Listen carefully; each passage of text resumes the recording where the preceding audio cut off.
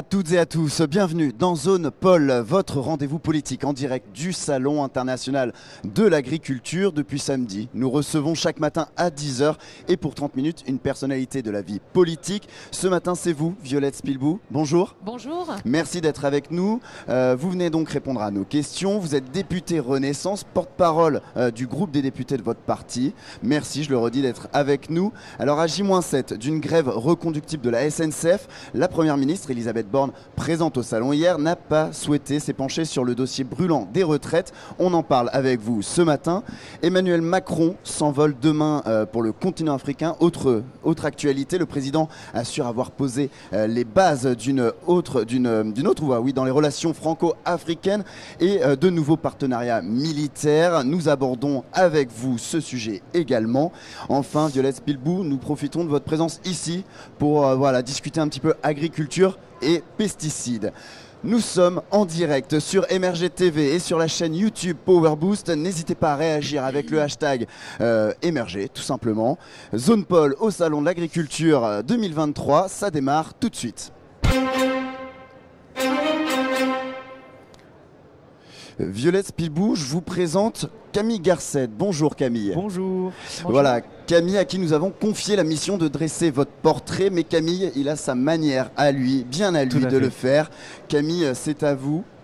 Oui, quand vous voulez. On peut demander un peu de son dans le micro pour que tout le monde puisse profiter de ce moment. Et puis, nous sommes partis quand vous voulez.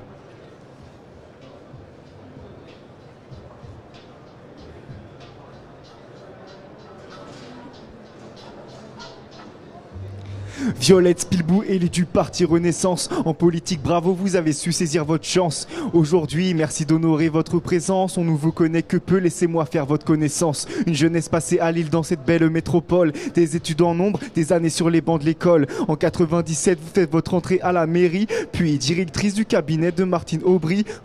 Engagement en politique par hasard. Vos études en santé publique, mises au placard. Mises au placard comme avec Martine Aubry. Après un désaccord, vous voulez quitter la mairie. Vous tentez de la reprendre par la voie électorale, mais vous êtes éliminé de la course municipale. Votre revanche est prise quelques années plus tard, car vous devenez député et Martine, au revoir. Depuis à l'Assemblée, régulièrement sur ces bancs, des débats houleux pour défendre des sujets brûlants. D'ailleurs, vous, l'étudiant de presque 10 ans, vous êtes contre les repas à 1 € aux étudiants. Après, pas de panique, il y a une raison logique. Il n'y a pas de toute manière quand on parle en politique. Dans les colonnes de la Voix du Nord, vous expliquez votre choix, mais comme l'article est payant, on saura jamais pourquoi.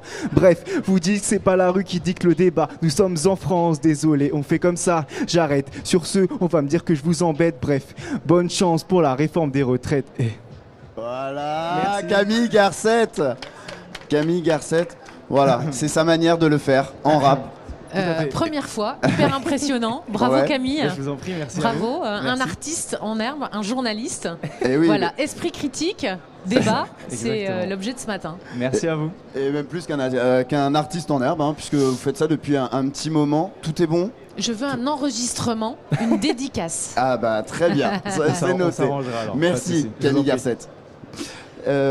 Madame la députée, ça y est, maintenant que Camille a dressé votre portrait, on va rentrer dans le vif du sujet, puisque après des débats très animés à l'Assemblée nationale, la réforme des retraites est arrivée en commission au Sénat aujourd'hui, alors que le gouvernement souhaite encore faire évoluer le texte pour mettre d'accord les sénateurs républicains. La SNCF a annoncé hier une grève reconductible à partir du 7 mars, donc des grands jours de blocage annoncés. Et c'est avec vous, Bastien Cochet, qu'on en parle. Bonjour.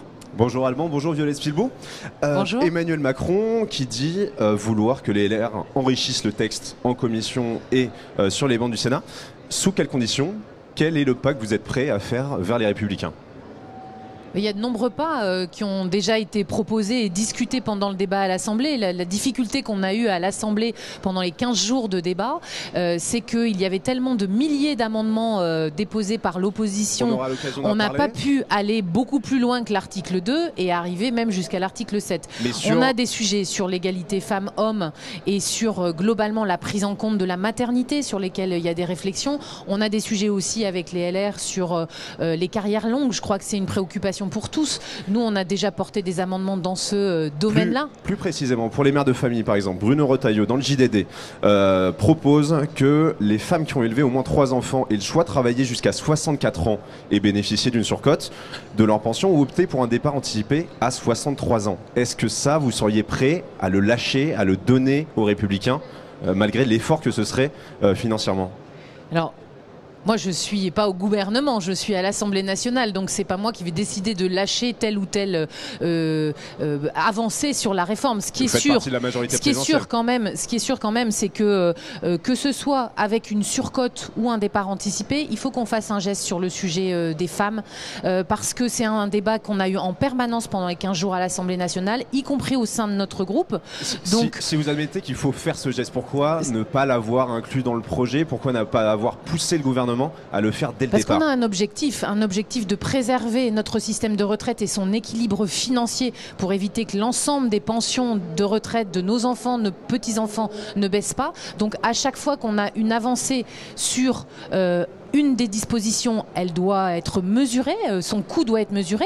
Nous, on a, en tant que majorité, même relative, la responsabilité de l'équilibre financier. Et donc, sur la base de ce rapport du corps et des projections qui sont à 500 milliards de déficit d'ici une vingtaine d'années, eh bien, on est en responsabilité sur l'examen de chacune des avancées que l'on va faire avec tel ou tel groupe. Alors, il faut rappeler que le rapport du corps, enfin, les rapports du corps, les différents scénarios, tous ne donnent pas des hypothèses, en tout cas avec des déficits qui peuvent se rattraper au long terme. C'est l'hypothèse que vous avez choisi de prendre et que le gouvernement a choisi de prendre, mais il faut dire que ce n'est pas la seule qui est envisagée par le corps. Sur les efforts que vous pourriez faire auprès des LR, il y a les femmes, les carrières longues également, la clause du grand-père. Ça, c'est quelque chose que les LR aimeraient supprimer. Ils veulent enterrer les régimes spéciaux beaucoup plus rapidement. Vous voulez faire un horizon, en tout cas les personnes qui actuellement travaillent et ont droit à ces régimes spéciaux ne seraient pas touchées. Est-ce que vous êtes prêt à faire ce pas-là encore, qui est quand même quelque chose qui pourrait tendre encore un peu plus ce débat? Moi, je pense que c'est difficile aujourd'hui pour quelqu'un qui a signé un contrat de travail avec un certain nombre de dispositions et dont ce régime spécial pour les retraites, de lui dire que ça va changer brutalement. Je pense qu'il y a une nécessité de supprimer des régimes spéciaux qui, pour une partie, allaient s'éteindre de toute façon, mais pour une autre partie, sont quand même des avantages qui constituent une vraie inégalité dans le pays. On a la Banque de France, on a le sujet des clercs de notaire, on a pas mal de métiers sur lesquels c'est vrai qu'on a besoin de rétablir l'égalité. Après, laisser s'éteindre en fait des personnes qui vont partir à la retraite avec les mêmes conditions que quand ils en sont rentrés, ça me semble être nécessaire, comme ça a été fait à la SNCF. À la SNCF, c'est les gens qui rentrent aujourd'hui qui ont un nouveau statut, mais les gens qui ont signé leur contrat de travail et qui sont cheminots depuis des années ne voient pas leur retraite modifiée. Ça me semble plus respectueux de leur contrat. Bruno Retailleau propose la retraite à 64 ans pour ceux qui commenceraient dès 2040. Qui seraient à la retraite dès 2040. Est-ce que ça, vous seriez prêt à le donner? Ce serait un pas de leur part et un pas du vôtre. Franchement, moi, ce que je pense, c'est que il faut redire que la suppression des régimes spéciaux est une nécessité. Après, le sujet du timing, du nombre de personnes concernées, de l'effectivité de cette réforme par rapport à ceux qui rentrent dans l'emploi, c'est des sujets qui vont se négocier entre les groupes et le gouvernement. On a des débats au Sénat, c'est fait pour ça. Moi, je crois que ce qui est important, c'est de rappeler le principe, parce qu'on a vu des oppositions qui s'opposaient même à la suppression des régimes spéciaux, alors que c'est une des premières mesures de justice sociale. Donc, je pense qu'il faut rester sur le fondement de la réforme. Le fondement de la réforme, c'est plus d'égalité entre les différentes branches professionnelles, une prise en compte des carrières longues, une prise en compte du travail des femmes, plus importante que celle qui a été présentée dans le projet de loi au départ. Sur la justice sociale, ceux qui en bénéficient ou alors les oppositions ne pensent pas forcément que ce soit de la justice sociale et que ces régimes spéciaux sont pertinents et ils doivent les garder. La majorité de ces professions qui ont des régimes spéciaux vont être mobilisées. Il y a déjà cette grande journée de mobilisation qui va avoir lieu le 7 mars. La SNCF hier qui a appelé à une grève reconductible.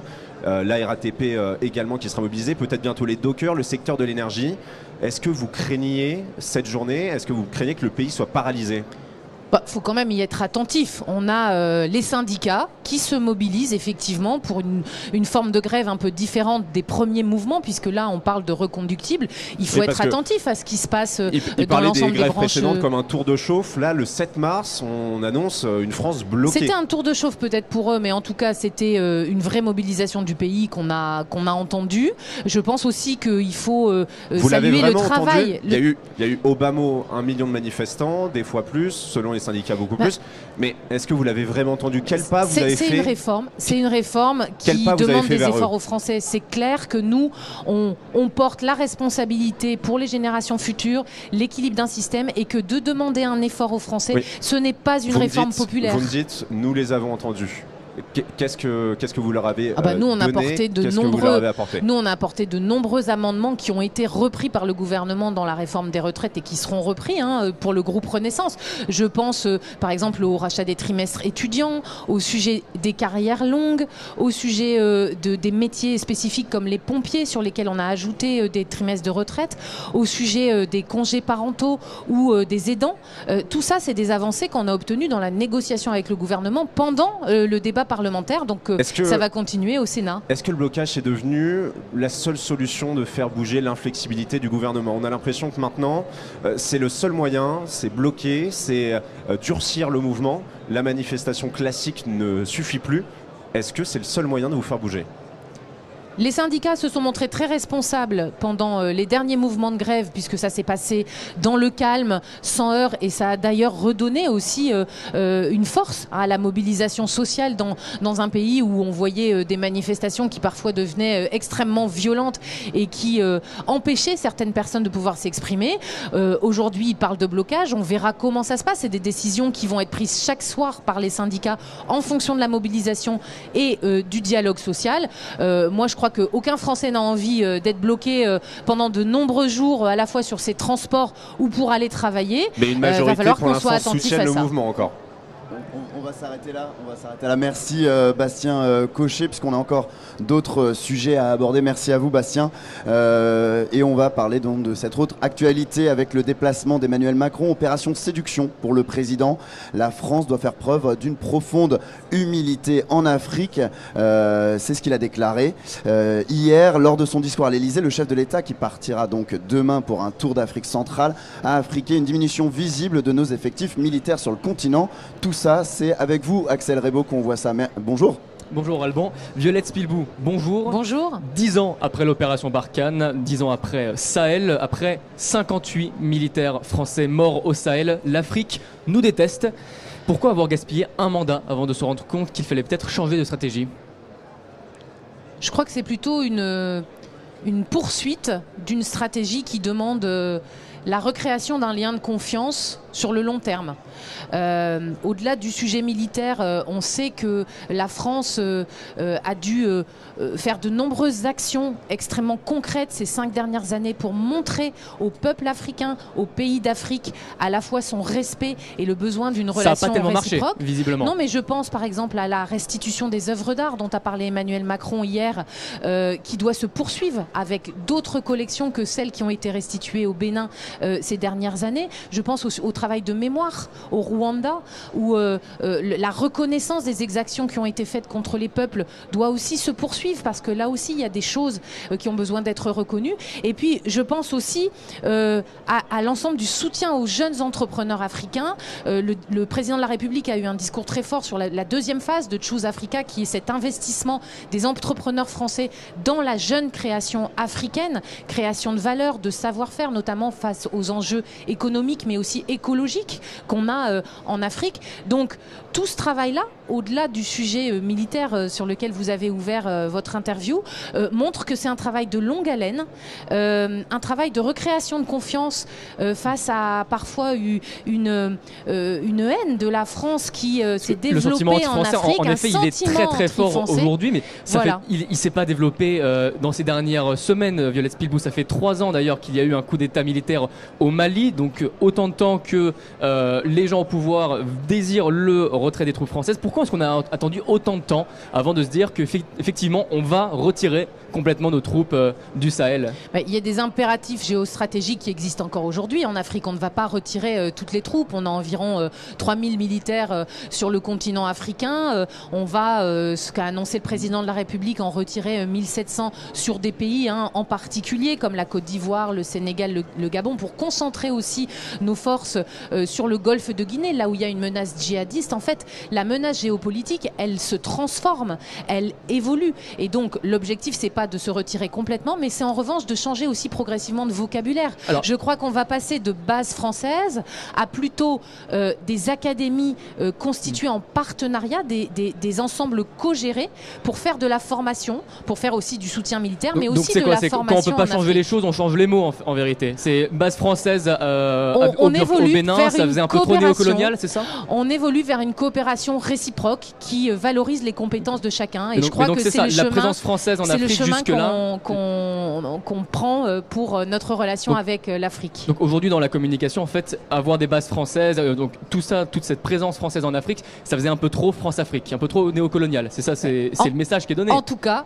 la présence africaine forte dans des bases françaises, militaires françaises en Afrique, n'a pas produit effectivement un attachement très fort des Africains à la France. Et l'objectif, effectivement, c'est de recréer cette confiance. Je le redis, recréer une confiance, ça se fait par la culture, par la mémoire, par la coopération économique et l'entrepreneuriat, et par une coopération militaire équilibrée et réciproque. Par l'humilité également, Emmanuel Macron, c'est ce qu'il nous dit. Il veut prôner l'humilité de la France en Afrique. C'est donc ça ce qui nous a manqué ces dernières années en Afrique, c'est de l'humilité. On a trop été comme le grand frère qui allait aider les plus petits pays africains. Vous savez, pour moi, moi je suis à la commission des affaires culturelles et éducation, je suis très sensible à ce sujet d'égalité des chances, de respect mutuel, de considération. La restitution des œuvres d'art au Bénin, c'est effectivement pas un acte militaire, c'est un acte culturel, mais c'est extrêmement important parce que les symboles sont très importants. Le symbole du respect, de la confiance, c'est en fait respecter toute l'histoire de ce pays et donc de ce continent. Il faut qu'on continue sur ce type de geste. Moi, je serai très attentive aussi aux suites de ce déplacement que commence le président de la République demain, dès le 1er mars, au Congo, dans différents pays où il est très attendu. Cette humilité, il va la montrer lui-même. Au Congo, en République démocratique du Congo, au Gabon ainsi qu'en Angola, donc pas un seul pays du Sahel. Aujourd'hui, ça veut dire le Sahel, on n'est plus du tout les bienvenus là-bas. On a grillé nos cartes, on ne peut plus y aller. Ça veut dire que le président de la République choisit des pays où il va pouvoir parler de l'ensemble des problématiques du continent africain.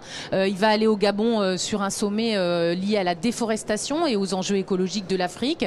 Il va aller en République démocratique du Congo rencontrer la jeunesse. Je crois qu'il y a aussi vraiment besoin, et le président de la République l'a réexprimé hier, de s'exprimer, de dialoguer avec la jeunesse africaine pour recréer cette confiance en toute humilité. Donc c'est des choix on va dire de partage culturel, de partage de valeurs, de dialogue qu'il va le démontrer pendant son déplacement. Violette Spilbou, quand on veut redorer en vérité notre image française auprès des Africains, auprès, vous le dites, de la jeunesse africaine, est-ce que c'est malin de s'afficher pour Emmanuel Macron avec Ali Bongo et Denis Sassou Nguesso, respectivement au pouvoir au Gabon depuis 13 ans et en République démocratique du Congo depuis 25 ans? Le sujet, c'est pas d'être malin pour le président de la République. C'est un président de la République qui doit respecter les institutions, les représentants. Donc, il va dans les pays, il affiche sa neutralité politique en rencontrant les chefs d'État. Mais je vous le redis, son sujet aujourd'hui, c'est d'aller sur le sommet de la déforestation, de rencontrer la jeunesse, de travailler sur la restitution des œuvres d'art, de travailler sur les partenariats avec cette jeunesse, sur l'entrepreneuriat en Afrique. C'est ça la priorité du président de la République pendant les 3 jours à venir. Vous comprenez que ça peut être un peu perturbant pour une jeunesse africaine, voir un président français serrer la main d'un homme d'État qui est au pouvoir depuis 25 ans, un autre dont le père était président avant lui. Vous comprenez que ça donne pas forcément une image de confiance. L'image justement que vous dites, Emmanuel Macron veut véhiculer auprès de la jeunesse africaine. Emmanuel Macron, il a dans l'ensemble de, je crois qu'il a fait une quinzaine ou une vingtaine de déplacements en Afrique depuis le début de son premier mandat. Il a démontré entre la France et l'Afrique une volonté de dialogue. Et le dialogue, ça se passe parfois aujourd'hui avec des représentants et des dirigeants dont on ne partage aucune des valeurs politiques. C'est aussi ce que nous faisons à l'Assemblée nationale avec les autres groupes. On doit respecter les institutions et en même temps être capable de ne pas rompre un dialogue qui romprait par exemple des relations économiques qui sont nécessaires pour les pays, mais envoyer un message de démocratie, d'écoute, de confiance à la jeunesse africaine. Même en serrant la main de dictateurs. Très bien. Dernière question, Violette Spilbou. Selon Emmanuel Macron, les pays africains finiront par se passer des mercenaires privés, notamment de la milice russe Wagner. Donc on a une tumeur en Afrique qui nous pourrit nos relations avec ces pays. Et Emmanuel Macron nous dit, on laisse la tumeur tranquille. Elle va partir d'elle-même. Vous y croyez vraiment ? C'est votre interprétation. Je pense que les enjeux géopolitiques sont beaucoup plus complexes que ça. Et donc on les laisse. On ne fait rien. Les exactions faites par ces groupes armés russes montrent déjà que si nous sommes capables de nous recréer cette confiance entre l'Afrique et la France, nous serons capables d'occuper l'ensemble des enjeux géopolitiques et militaires en Afrique et que progressivement, ils n'auront plus recours à ces milices. Merci Axel Rebaud. On termine cette interview, cette zone pôle avec le dernier thème. Donc lors de sa visite au salon hier, Elisabeth Borne, la première ministre, a annoncé vouloir trouver des alternatives aux pesticides. Un projet qui s'annonce compliqué alors que la colère monte chez les agriculteurs qui souffrent des restrictions déjà en place contre l'utilisation de ces fameux pesticides. Pour en parler, bonjour Raphaël Bardona. Bonjour Alban, bonjour Violette Spilbou. Bonjour. Elisabeth Borne a aussi dit hier chercher à identifier de nouveaux usages, de nouveaux outils et de nouveaux produits pour mieux protéger les récoltes tout en préservant notre biodiversité. Ça veut dire quoi ? Ça veut dire coup d'accélération sur la recherche. On l'a vu avec le sujet des néonicotinoïdes pour la culture de la betterave qui me concerne particulièrement parce que dans les Hauts-de-France, l'agriculture de la betterave c'est un des éléments majeurs de la production agricole en région.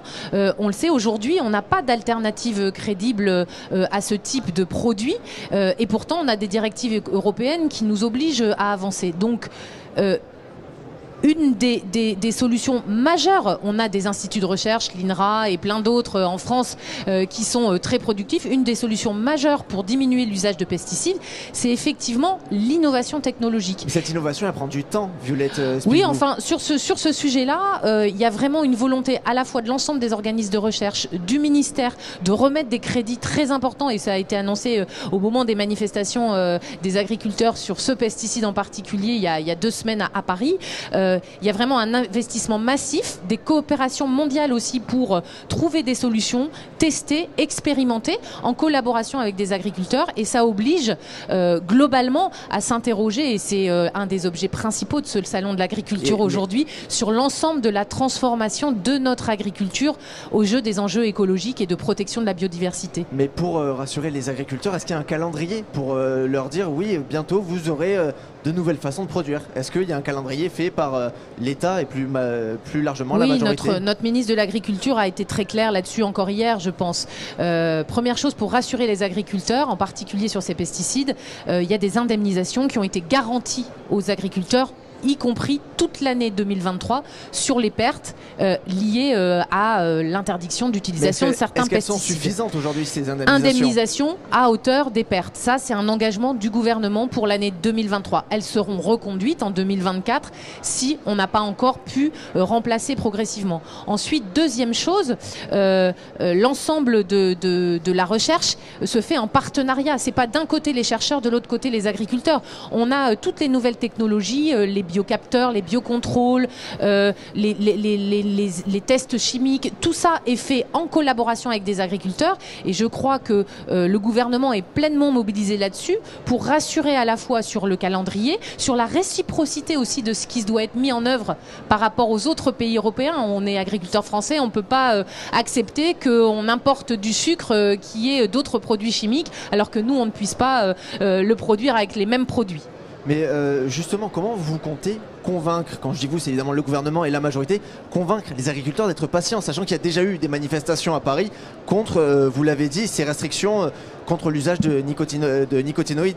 Comment vous voulez faire pour leur dire d'être patients? Il faut montrer déjà la fermeté et l'exemplarité sur l'importation et les contrôles à l'importation pour qu'on n'ait pas aujourd'hui en France des produits qui soient importés avec des pesticides qui sont interdits pour nos agriculteurs français. Ça, je pense que c'est vraiment très important en termes de respect aussi de leur travail et de leurs contraintes.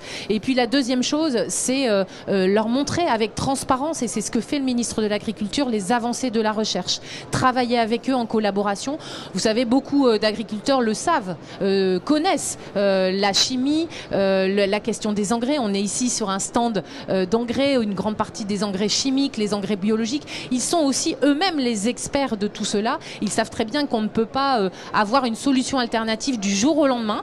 Par contre, il faut qu'il y ait ce dialogue et il faut qu'il y ait cette transparence sur la recherche. Violette Spilbou, vous venez de le dire, il y aura des indemnisations pour combler les pertes provoquées par ces restrictions. Sauf que tout ça, ça a un coût. Qui va payer, tout simplement? Aujourd'hui, dans le budget de l'État, dans le projet de loi de finances 2023 et dans le projet de loi de finances 2024, ce sujet de l'indemnisation des agriculteurs est largement pris en compte. On doit pouvoir aussi anticiper, vous parlez de contraintes budgétaires, on a des budgets de recherche qui sont mis en œuvre par le ministère de l'Agriculture, mais on a aussi hier l'annonce de Marc Fesneau des 20 millions d'euros sur des budgets qui vont anticiper pour le renouvellement des générations de l'agriculture, c'est-à-dire l'enseignement agricole et tout l'enseignement à ces nouvelles technologies qui vont permettre de produire des fruits, des légumes, de faire de l'élevage en respectant mieux l'environnement. Tout ça, ça ne se fait pas par magie. Il y a à la fois des compétences à acquérir, il y a de la technologie à faire émerger en France, des nouveautés sur les engrais, les pesticides, et tout ça, ça se finance. Donc c'est inclus dans à la fois le budget de la recherche et le budget du ministère de l'Agriculture. Qu'aujourd'hui, les agriculteurs, ils peuvent se permettre d'arrêter leur récolte et pour aller prendre des cours sur les nouvelles façons de faire de l'agriculture? Non, vous avez raison. Alors, je ne suis pas une spécialiste de l'agriculture. Je ne vis pas en terre agricole. J'ai connu un peu les fermes dans mon enfance. J'ai un père qui était chercheur en agronomie. Donc je comprends les contraintes des agriculteurs. On a des agriculteurs aujourd'hui qui sont en grande souffrance parce que souvent c'est une petite exploitation familiale. On ne peut pas, c'est comme quand on tient son commerce, qu'on est artisan, on ne peut pas quitter le travail pour se former. Donc c'est aussi la façon dont ceux qui vont concevoir les startups, par exemple à Euratechnologie à Lille, on a des startups qui conçoivent des outils de biocontrôle dans les champs pour le niveau de sécheresse et le niveau d'arrosage, pour pouvoir doser le niveau d'arrosage exactement et ne pas consommer trop d'eau ou d'eau à perte qui coulerait dans les nappes phréatiques sans servir à l'agriculture. Eh bien eux, ils vont vers les agriculteurs. On a besoin de soutenir aussi tous ceux qui font de l'innovation pour qu'ils aillent vers les agriculteurs et former sur site pour leur éviter bien sûr de partir de l'exploitation. Très rapidement, si vous avez encore deux questions rapides. J'ai une seule question, c'est les agriculteurs subissent de plein fouet l'inflation, la hausse des coûts des matières premières, ceux de l'énergie, et sont victimes du réchauffement climatique. Est-ce que, Violette Spilbou, c'est vraiment le bon moment pour leur demander de changer leur manière de faire ? Changer la manière de faire, c'est pour tous les Français, tous les consommateurs, tous les producteurs, pour l'industrie, c'est une urgence, l'urgence de protection de notre climat, l'urgence de la diminution de nos émissions de gaz à effet de serre. Donc les agriculteurs, comme toutes les autres professions, sont préoccupés de ces questions climatiques. Pour autant, il faut les accompagner particulièrement. Le sujet de l'inflation, le sujet de l'augmentation des matières premières, le sujet de l'augmentation des coûts, c'est pas eux qui doivent le voir répercuter sur leur action. C'est bien les distributeurs qui doivent faire le gros effort aujourd'hui. Le ministre de l'Agriculture l'a réaffirmé encore hier. Au moment où on est aujourd'hui, je crois, le dernier jour des négociations entre producteurs et distributeurs, le message que nous portons, c'est que c'est aux distributeurs qui font des marges importantes, des profits importants, de faire les efforts sur les prix et pas aux producteurs. Merci Violette Spilbou. Merci Raphaël Bardona, merci aussi à vous, Madame la députée. Merci à vous. Voilà, Zone Paul touche à sa fin. Merci Violette Spilbou d'avoir été avec nous, d'avoir répondu à nos questions. Députée Renaissance, vous êtes aussi porte-parole du groupe des députés de votre parti. Merci également à Camille Garcette pour son portrait. Merci à Bastien Cochet, Axel Rebaud et à vous, Raphaël Bardona, pour vos questions. Rendez-vous demain pour une nouvelle Zone Paul à partir de 10h et cette fois-ci jusqu'à 11h puisque nous aurons avec nous Brice Hortefeux, député Les Républicains, suivi dès 10h30 par la ministre déléguée chargée. Non, on me dit non. Pardon, ancien ministre, suivi dès 10h30. Ça, c'est bon, j'ai bon. Très bien, par la ministre déléguée chargée des personnes handicapées, Geneviève Darrieussecq. Ne bougez pas, on se retrouve tout de suite avec votre émission à travers champs sur MRG TV et Power Boost.